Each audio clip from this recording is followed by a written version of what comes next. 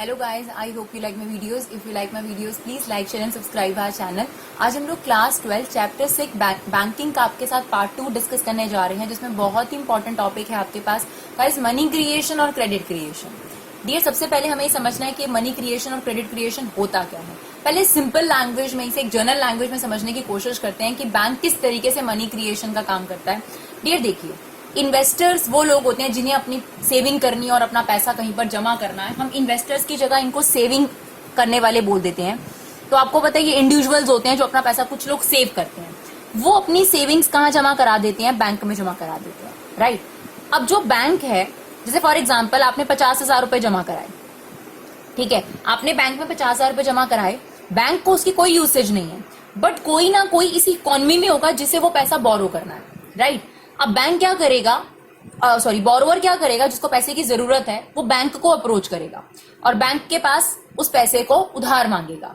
Bank obviously उसको free में ये उधार नहीं देगा, बैंक उससे उसके बदले में इंटरेस्ट चार्ज करेगा. तो बैंक उसको वो 50,000 रुपए दे देता है एज इट इज, जो मान लीजिए सेवर ने बैंक में जमा कराए थे. बोरोवर्स जनरली कौन होते हैं? मैन्युफैक्चरर्स या प्रोड्यूसर्स. डियर देखिए, ना तो बैंक एक्चुअली में मनी क्रिएट कर पाता है, ना सेवर्स.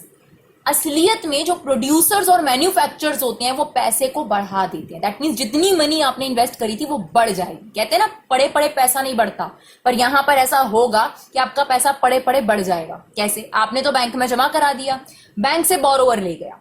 असली हार्डवर्क करते हैं मैन्युफैक्चरर्स और प्रोड्यूसर्स.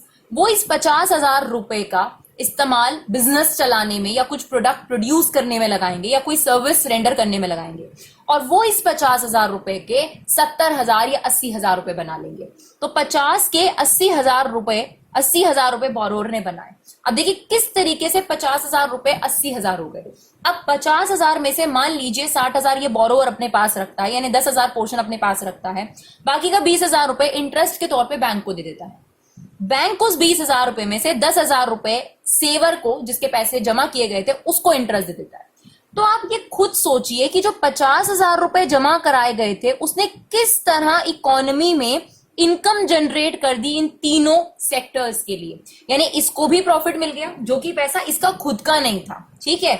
इसने खुद के लिए भी 10,000 रख लिए, बैंक को 20 दिए जिसमें से बैंक ने 10,000 रख लिए, और बाकी का 10,000 रुपए इन्वेस्टर्स को दे दिया. That is what money creation all about. यानी बैंक उस मनी क्रिएशन का लिंक है, क्योंकि इन्वेस्टर्स कोई प्रोडक्शन नहीं करेगा, कुछ प्रोडक्टिव एक्टिविटी नहीं करेगा, वो सिर्फ कंजम्पशन करता है. ये बात आपने सर्कुलर फ्लो में पढ़ी है. मेन जो ये एक्टिविटी है, मान लीजिए बोरोवर करता है, तो कहीं ना कहीं उस तक पैसा पहुंचाने का जो लिंक है, वो लिंक कौन है? बैंक. तो एक जनरल लैंग्वेज में आप समझना चाहें तो इस तरीके से देखिए, 50,000 रुपए का 80,000 रुपए बनाने में बैंक ने कहीं ना कहीं रोल प्ले करा. तो एक तरीके से मनी को क्रिएट कर दिया, मनी और बढ़कर आ गई. कहते हैं ना, पड़े पड़े आपका पैसा बढ़ गया ना, 50 से 80 हो गया. इन्वेस्टर खुश है कि उसको 50 के 60 मिल गए, बैंक खुश है कि बैंक ने जो थोड़ा बहुत सरदर्दी ली इधर उधर करने की, उसको 10,000 मिल गए, और बोरोवर यानी मैन्युफैक्चरर वो अपनी जगह खुश है कि उसको अपने प्रॉफिट मिल गया 10,000 रुपए. इस तरीके से इकोनॉमी को कहीं ना कहीं बेनिफिट हुआ. That is what money creation और क्रेडिट क्रिएशन. अब इसे बुकिश लैंग्वेज में समझने की कोशिश करते हैं. तो सबसे पहले मनी क्रिएशन और क्रेडिट क्रिएशन को समझने के लिए डियर, आपको पहले तो अजम्पशंस लेनी है, ठीक है. मनी क्रिएशन का मतलब यही होगा कि जितना आपने बैंक में डिपॉजिट करा उससे ज्यादा इकोनॉमी में जनरेट होना, उससे ज्यादा का डिपॉजिट इकोनॉमी में जनरेट होना. कितना टाइम्स जनरेट होता है उसे मनी मल्टीप्लाई कहते हैं. यानी अगर आपने 50,000 रुपए जमा कराए थे और वो 1,00,000 रुपए हो जाते हैं, तो डबल हो गई आपकी money. That is 2 times. That is what money multiply है. तो आपने सबसे पहले तो अजम्पशन लेनी है. 2 अजम्पशंस है, जरूर लिखनी है आपने मनी मल्टीप्लायर में. Entire banking system is 1 unit. थोड़ी देर के लिए हम ये मान लेते हैं कि सब बैंक अलग अलग नहीं है, सारे के सारे बैंक एक ही हैं. फॉर एग्जाम्पल सेंट्रल अथॉरिटी है, कोई भी जमा कराएगा, कोई भी विड्रॉ करेगा तो इसी बैंक के थ्रू होगा. वैसे तो सभी बैंक अलग अलग होते हैं, but for the sake of convenience की हमें आसानी से समझ में आए, हमने ये माना है कि सारी बैंकिंग सिस्टम में एक ही यूनिट है, अलग अलग नहीं है, और सारे कमर्शियल बैंकों को एक ही बैंक मान लीजिए थोड़ी देर के लिए. दूसरी एक इंपॉर्टेंट अजम्पशन हमने ये मानी कि कोई भी कैश ट्रांजैक्शन नहीं होती हमारी इकोनॉमी में. जिसने भी रिसीव करना है वो चेक से रिसीव करेगा, जिसने पे करना है वो भी चेक से. यानी जितनी भी ट्रांजैक्शन है हमारी इकोनॉमी वो बैंक के थ्रू हो रही है. यानी पेड और receiving both are through banking system. ये आपने 2 अजम्पशंस लेनी है. सबसे पहले एक तो हमने क्या माना, सब बैंक अलग अलग नहीं, सारा एक ही यूनिट है, एक ही बैंक है, जैसा कि हमने यहां ले लिया. ठीक है। और जितना भी काम हो रहा है, चाहे सेविंग हो रही है, चाहे बोरोइंग हो रही है, चाहे लेंडिंग हो रही है, चाहे पेमेंट हो रही है, कुछ भी हो रहा है, वो बैंकिंग के थ्रू हो रही है, कैश नहीं इन्वॉल्वमेंट है। ठीक है, दूसरी अजम्पशन, तभी आप मनी क्रिएशन को समझ पाएंगे। तो देखिए डियर, सबसे पहले हमने अजम्पशन ली, फिर हम ये टेबल बनाएंगे और फिर हम आपको समझाएंगे। मान लीजिए कि मैंने बैंक में जमा कराए 1000 रुपए डिपॉजिट, सेविंग करी मैंने 1000 रुपए की। अब आप देखिएगा कि 1000 रुपए से कितने पैसे जनरेट हो जाएंगे। मैंने सिर्फ बैंक में 1000 रुपए जमा कराए। बैंक क्या करता है डियर, बैंक का काम ही यही होता है। हमने बैंकिंग के फंक्शंस पढ़े बैंक के, कि वो लोन देना और सेवर से पैसा डिपॉजिट करना, यही दो काम करता है। तो डिपॉजिट और लोन, ये तो बैंक के मेन फंक्शंस ही है ना। सिर्फ डिपॉजिट को रखकर वो क्या करेगा, उसका तो कोई फायदा नहीं है इसमें। तो बैंक अपने पास कुछ पोर्शन विड्रॉल को फैसिलिटेट करने के लिए रखकर बाकी का लोन में प्रोवाइड कर देता है। तो जितना भी डिपॉजिट अभी हुआ, जैसे 1000 रुपए मैंने जमा कराए, तो उसमें से बैंक क्या करेगा, लीगल रिजर्व रेशियो, जिसमें आप ये कह सकते हैं कि कुछ पोर्शन होता है जो विड्रॉल के लिए रखा जाता है, कि कल को अगर लोग विड्रॉ कराने आ गए, रेगुलर बेस पे विड्रॉल कराने भी आते हैं, तो फिर हमारे पास पैसे होने चाहिए। दूसरा, जो सेंट्रल बैंक होता है, उसके पास भी बैंक को रिजर्व के तौर पर थोड़ा सा पैसा जमा कराना पड़ता है, जिसको हम कैश रिजर्व रेशियो कहते हैं। ठीक है, तो आपके पास एक CRR है और एक आपके पास स्टैट्यूटरी लिक्विडिटी रेशियोज हैं, दो रेशियोज हैं। कैश रिजर्व रेशियो, जो पैसा बैंक को सेंट्रल बैंक के पास जमा कराना पड़ता है। स्टैट्यूटरी लिक्विडिटी रेशियो, जो बैंक को अपने पास रखना पड़ता है ताकि वो विड्रॉल के लिए पैसा दे सके। क्योंकि अगर कोई कस्टमर अपने पैसे मांगने आया तो आप मना तो नहीं कर सकते ना कि भाई मैंने सारा लोन दे दिया, क्यों भाई, मेरे पैसे मुझे दो। तो डिपॉजिट कराने बहुत लोग आते हैं, विड्रॉल कराने भी लोग आते हैं। तो विड्रॉल के लिए पैसा जो आप सेट असाइड कर रहे हो वो SLR है, और जो पैसा आप RBI के पास जमा कर रहे हो दैट इज CRR। तो दोनों को मिलाकर आपके पास लीगल रिजर्व रेशियो बनती है। तो फॉर एग्जाम्पल मान लीजिए 20% है, तो जितना भी डिपॉजिट हुआ उसका 20% आपने यहां रखा, बाकी का 800 रुपया बैंक से कोई लोन लेने आया, बैंक ने उसको दे दिया। अब हम यहाँ क्या मान रहे हैं, जो भी चीज हो रही है वो बैंक के थ्रू हो रही है, कैश नहीं हो रहा है यहाँ पर। तो जिसको भी लोन देना था बैंक ने, उसको उसके बैंक अकाउंट में दे दिया। अब उसने वो लोन क्यों लिया था, ये मान लीजिए कि उसने ये लोन किसी को पेमेंट करने के लिए दिया था। तो अगर A ने ये लोन लिया और A ने ये पैसा B को पे करना था, तो उसने उसके बैंक अकाउंट में ही ट्रांसफर कर दिए। मेरी बात को समझने की कोशिश करिएगा। ये मैंने डिपॉजिट करा था, ठीक है, पैसा, तो ये मैंने डिपॉजिट करा, उसमें से बैंक ने 200 रुपए रखे, 800 रुपए A को लोन दे दिया। A ने B को पेमेंट करनी थी, A ने B के अकाउंट में जमा करा दिए। तो एक तरीके से A ने तो लोन लिया, लेकिन B का क्या हो गया, डिपॉजिट।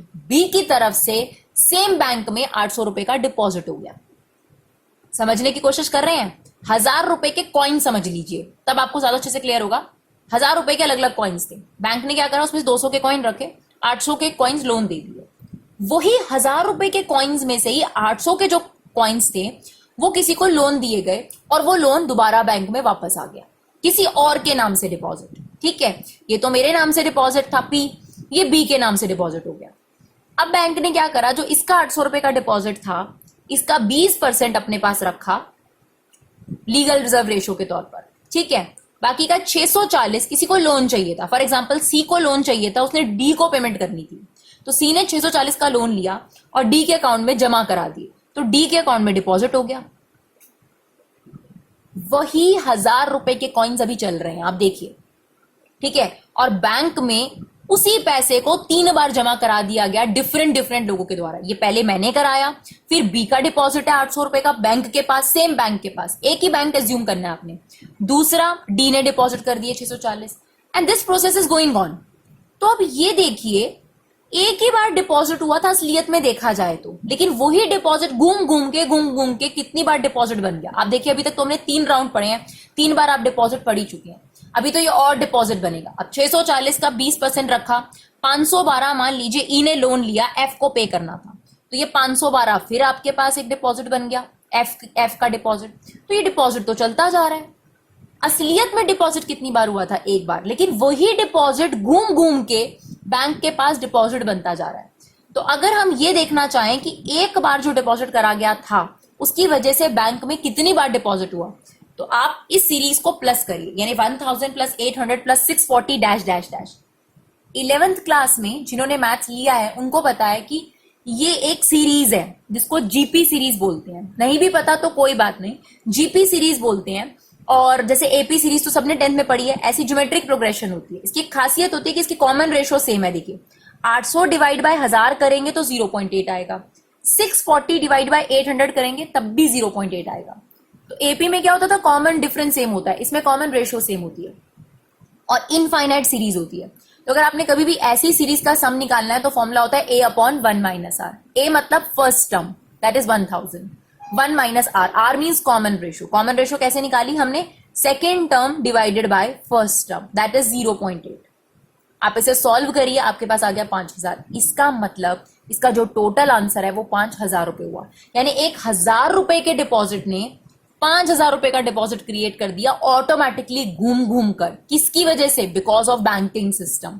तो बैंक क्या करता है, बैंक क्रेडिट दे देकर उसी पैसे को क्रिएट कर रहा है। यानी 1000 रुपए का डिपॉजिट 5000 का बन गया, 5 गुना हो गया, 5 टाइम्स हो गया। That is what money multiplier या फिर मनी क्रिएट हो जाना, राइट।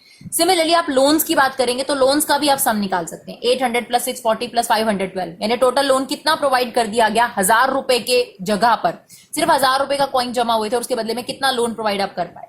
सेम फॉर्मूला, ए यानी first term 800, 1 minus R, R क्या है, दिस अपॉन दिस, वही 0.8।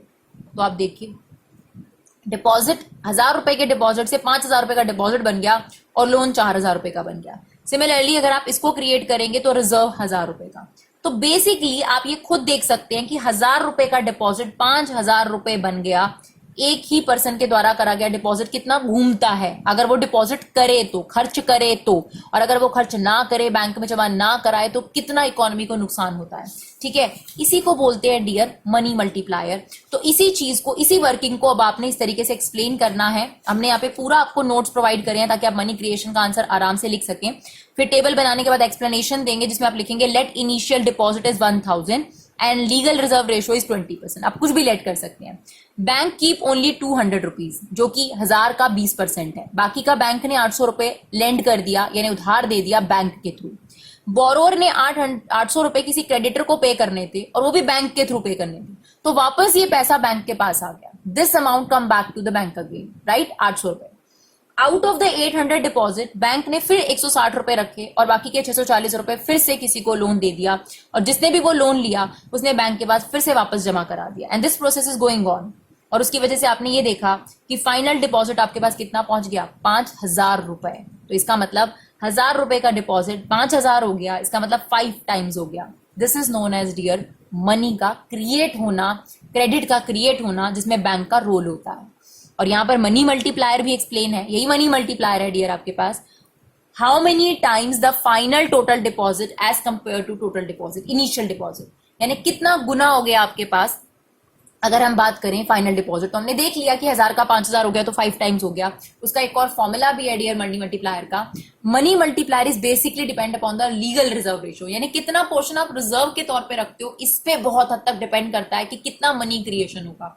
तो इसीलिए इसका फॉर्मूला होता है 1 अपॉन LRR दैट इज 0.2, जो कि आपके पास 20% थी, 5 टाइम्स, जो हम पहले भी देख चुके हैं। तो ये सारा का सारा फ्लक्चुएशन डिपेंड करेगा इस पर। अगर ये लीगल रिजर्व रेशो 30% होती या 40% होती तो आपके पास मनी क्रिएशन जो है या मनी मल्टीप्लायर जो कि 5 टाइम्स है, ये एक डिफरेंट अमाउंट होता, ये एक डिफरेंट आपके पास फ्रैक्शन होता। तो मनी मल्टीप्लायर, आई होप आप लोगों को समझ में आया हो। Thank you so much guys for your love and support. Keep supporting Vibha classes.